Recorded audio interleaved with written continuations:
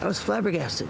Like, what harm are we doing? It's untenable what's happening at the moment with the number of vehicles on the street. Where are they supposed to go? That's the question on at least 24 people's minds who are living at this makeshift RV camp in East Vancouver, as the city tells them in 1 week they need to be gone. I mean, they don't have any understanding whatsoever. They just, they want you gone and that's it. They don't care. Glenn Radowit has lived at the makeshift RV camp near Slocan Street and East 12th Avenue since November, when his father passed away and he had nowhere left to go. Now that the city of Vancouver has handed out its final notice demanding all the RVs leave the area by next Wednesday, he's at a loss for what to do next. When I got here, my vehicle stopped running. I'm in the midst of trying to get it running again. I got it running, but now I got to change the fuel pump in the gas tank, and in my condition, I just can't do it. For years, the area has drawn people living in their vehicles looking for a place to park. But in Vancouver, you're not allowed to park large vehicles like RVs on city streets overnight.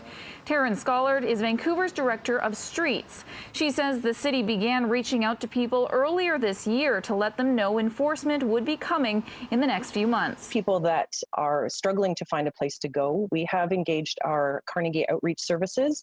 Not only their contact information on all of the warning letters that we have given to the RVs, but also they've been on site at least twice to try and connect with RV occupants for those that are in need of additional services. I went down there and talked to them to get on the BC housing or whatever, but you know what, it takes years to get in.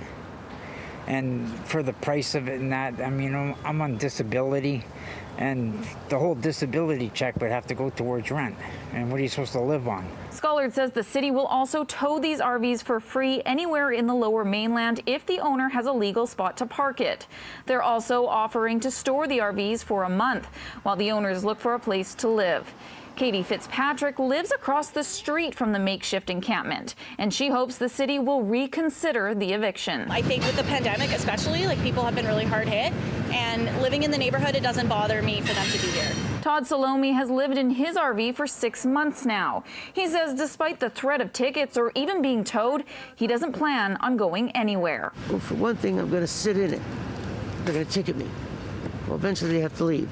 I don't know what I'd do. I mean, I'm in bad enough condition as it is. Residents at the RV camp on Slocan have planned a rally on May 26 to protest the eviction, the same day the city has told them they need to leave. In East Vancouver, Ashley Burr, City News.